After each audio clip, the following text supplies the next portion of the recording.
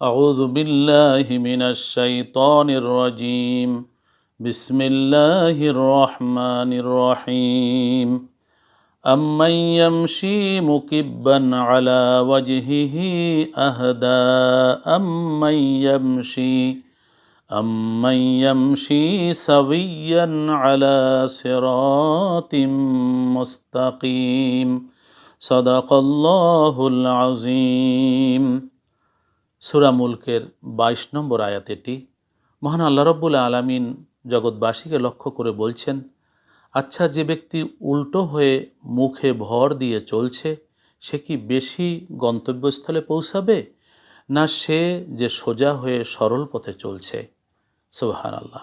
আল্লাহ এখানে একটি উদাহরণ দিয়ে বলছেন, যদি কেউ মুখে ভর করে উপর দিয়ে চলে তাহলে সে গন্তব্যে দ্রুত গিয়ে পৌঁছবে বা সঠিকভাবে গিয়ে পৌঁছবে, নাকি যে সোজা সরল পথে সোজা হয়ে চলছে সে পৌঁছবে? নিশ্চয়ই যে সরল সোজা পথে সোজা হয়ে চলছে সে সঠিক পথে সঠিক গন্তব্যে যথাসময় গিয়ে পৌঁছবে।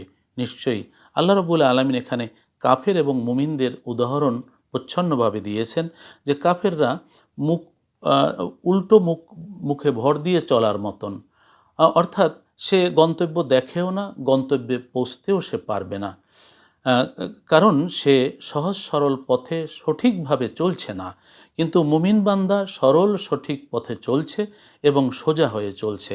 অতএব কাফেরদের বোঝা উচিত তাদের এই বক্রতা এবং তাদের অন্তরে বা তাদের বিশ্বাসের মধ্যে যে গরলতা সেটি দূর না করলে, তারা যদি ইমানের পথে না আসে, সিরাতুল মুস্তাকিমের পথে না আসে, আল্লাহতে বিশ্বাস না করে, আল্লাহর রসুলে বিশ্বাস না করে, আল্লাহর কোরআনকে জীবন বিধান হিসেবে, ইসলামকে জীবন বিধান হিসেবে মেনে না নেয়, তাহলে তাদের কখনোই মুক্তি আসবে না, তারা সঠিক গন্তব্যে সফলতার পথে পৌঁছতে পারবে না।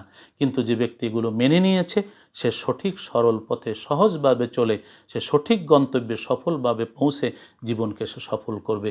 যেমন একজন ইমানদার বান্দা আল্লাহতে বিশ্বাস, নবীকে বিশ্বাস করেছে, ইসলামে বিশ্বাস করেছে, নবীর আদর্শকে, আল্লাহর আদেশ নিষেধকে জীবনে বাস্তবায়ন করেছে, সে তো সফল হয়েছে। কদ আফলাহাল মুমিনুন, আল্লাহ পাক রব্বুল আলামিন পবিত্র কোরআনে বলেছেন যে ইমানদাররা তো সফল হয়েই গেছে। আল্লাহ পাক রব্বুল আলামিন আমাদেরকে সরল সঠিক পথে চলে সফল হবার, আল্লাহ পাক রব্বুল আলামিনের নৈকট্যপ্রাপ্ত ভালোবাসার বান্দা হওয়ার, নবীজির প্রিয় উম্মত হওয়ার তৌফিক দান করুন। আমিন। আসসালামু আলাইকুম রহমতুল্লাহি ওয়া বারাকাতুহু।